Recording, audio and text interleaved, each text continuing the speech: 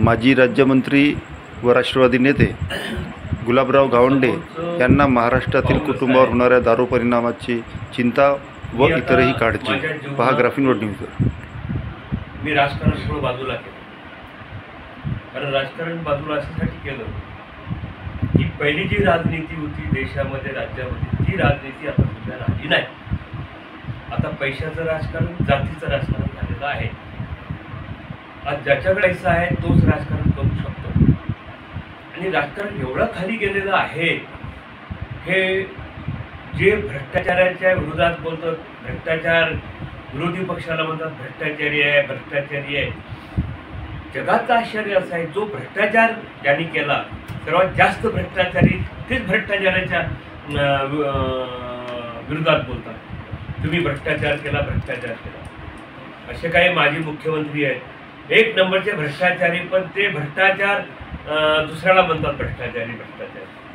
आणि म्हणून आज सर्वसामान्य माणूस त्रस्त आहे, शेतकरी त्रस्त आहे, युवक त्रस्त आहे, कामगार त्रस्त आहे.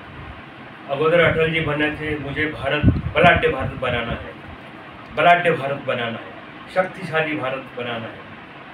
तर बलाढ्य भारत म्हणजे काय, शक्तिशाली भारत म्हणजे काय?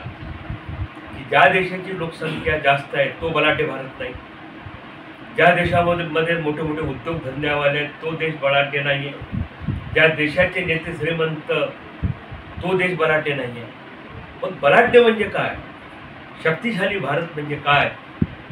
ज्या देशाचा युवक बलदंड तो देश बलदंड, ज्या देशाचा शेतकरी सुखी संपन्न तो देश सुखी संपन्न. आज युवक वर्ग हा 15 वर्षापासून दारूच्या आहारी गेलेला आहे. अश्लील चित्र पाहत आहे मोबाईलवर.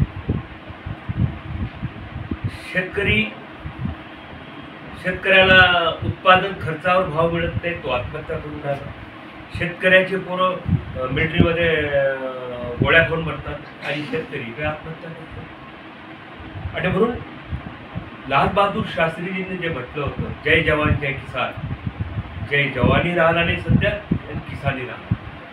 आणि म्हणून माझं पुढचं आंदोलन, हे जे बर्बादीचं जे कारण आहे, आज फक्त टी व्हीवर आपण शहरं दाखवतो, म्हणजे त्याला इंडिया म्हणतो आपण, पण ग्रामीण भाग, स्लम एरिया, झोपडपट्ट्या दाखवतच नाही.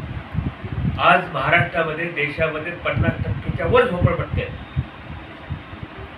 मुंबईमध्ये 65% झोपडपट्ट्या आहेत, 45% शहर आहेत, शहराची वस्ती. ते 45 शहराची वस्ती रोड वगैरे दाखवतात, गेट ऑफ इंडिया वगैरे सर्व, परंतु झोपडपट्टीमध्ये काय अवस्था आहे? आज 95% लोक दारूच्या आहारी गेलेले आहेत झोपडपट्टीवर. 15 वर्षाचा पोरगा दारू पित आहे, आणि 3-4 वर्षामध्ये कुटुंबाचा प्रमुख मरण पावल्यानंतर त्याची बायको बेवारस, मुलं बेवारस, मुली बेवारस झोपडपट्टीवर. इकडं कोणाचं लक्ष नाही. फक्त सरकार म्हणते समृद्धी मार्ग आम्ही बनवला, 4 पदरी बनवला, एअरपोर्ट, इकडेच लक्ष. परंतु त्यांना खायची सोय नाही आहे, तिकडे लक्ष नाही आहे. आणि म्हणून महाराष्ट्रामध्ये जे अधोगतीचं राजकारण सुरू आहे, जे अधोगतीला जात आहे, ते अधोगतीपासून बचावाचं काम मी सुरू करणार आवश्यक आहे. पहिलं काम, 30,000 कोटीच्या वर महाराष्ट्राला महसूल मिळतो दारूपासून. परंतु इकडे परिस्थिती काय? पोलीस स्टेशनमध्ये सर्वात जास्त केसेस दारू, दवाखान्यामध्ये सर्वात जास्त पेशंट दारू पिऊन, कोर्टात केसेस आहेत दारू पिऊन, अपघात होतात दारू पिऊन. म्हणजे दारूमुळे जे नुकसान आहे ते नुकसान आपोआपच बंद. 6,500च्या वर देशी दारूची दुकान आहे महाराष्ट्रामध्ये. आज मी बुलढाण्याला गेलो होतो, आमचे एक मित्र आहे, त्याचा मित्राचा 4 दारूची दुकान. दरम्यान किती विक्रा होतो? म्हणजे 10 लाख, 10 लाखाच्या वर होतो. म्हणून कसा? आज आमचे बक्षे म्हणे ग्रामीण भागात खेड्यापाड्यापर्यंत पोहोचून राहिले. त्याने एक उदाहरण दिलं, निमगाव आहे नांदुर्या तालुक्यात. त्या निमगावला 25 बक्ष जातात रोज, आणि एका बक्षामध्ये 100 क्वार्टर. आज 2-2.5 हजार लोक त्या गावामध्ये दारू पितात. काय उद्या जर देशावर जर आपत्ती आली आणि देशानं गव्हर्नमेंटनं म्हटलं की मिलिटरीमध्ये भरती व्हा, सर्व दारू पिणारे जवान लाईनमध्ये उभे राहा. महाराष्ट्र सरकारला त्यावरून रेव्हेन्यू जनरेट होतो. हो, मग त्याविषयी आपलं काय मत आहे? राजाचं मुख्यमंत्र्याचं कर्तव्य काय हे महत्त्वाचं. राजाचं कर्तव्य हे आहे, म्हणजे मुख्यमंत्र्याचं कर्तव्य आहे की आपल्या देशातील आपल्या राज्यातील जनता सुखी संपन्न पाहिजे.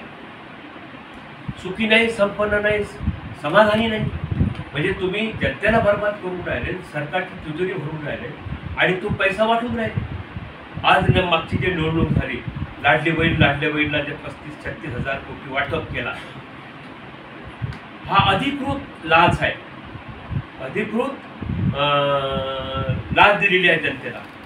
काही आमदार, काही मंत्री, काही उभे राहतात, त्यांची अलग असते मानधन मतदाराला.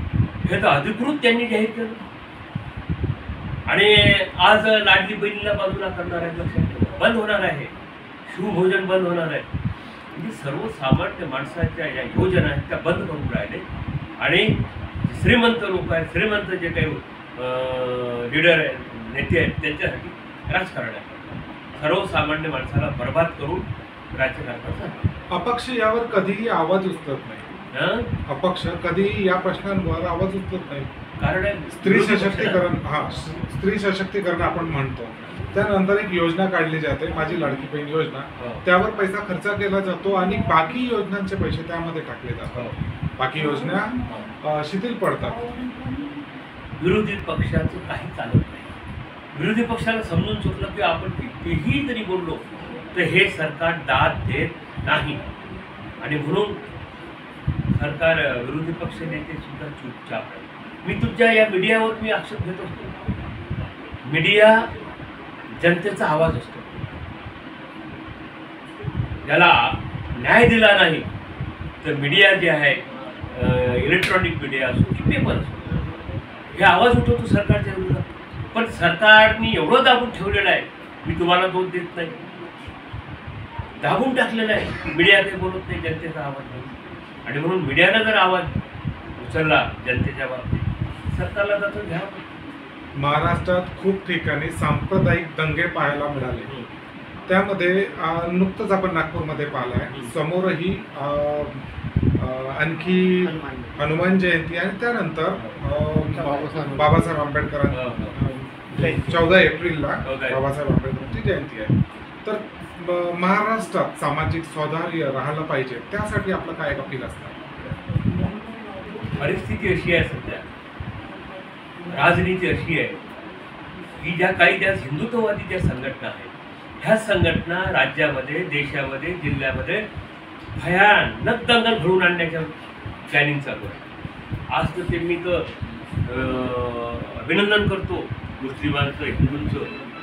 जे औरंगजेबचं जे प्रकरण उचललं होतं यांनी आणि पूर्ण देशामध्ये, राज्यामध्ये दंगली करण्याचं प्लॅनिंग होतं, ते दबून ठेवलं. आज नागपूरला एवढं शांत, नागपूरला जे काही दंगल झाली, अरे त्या पुतळ्याला तुम्ही हिरवा चादर चढवता, त्याच्या पुराणाच्या आयती आहेत, ते जाळून टाकता. म्हणजे काय आहे?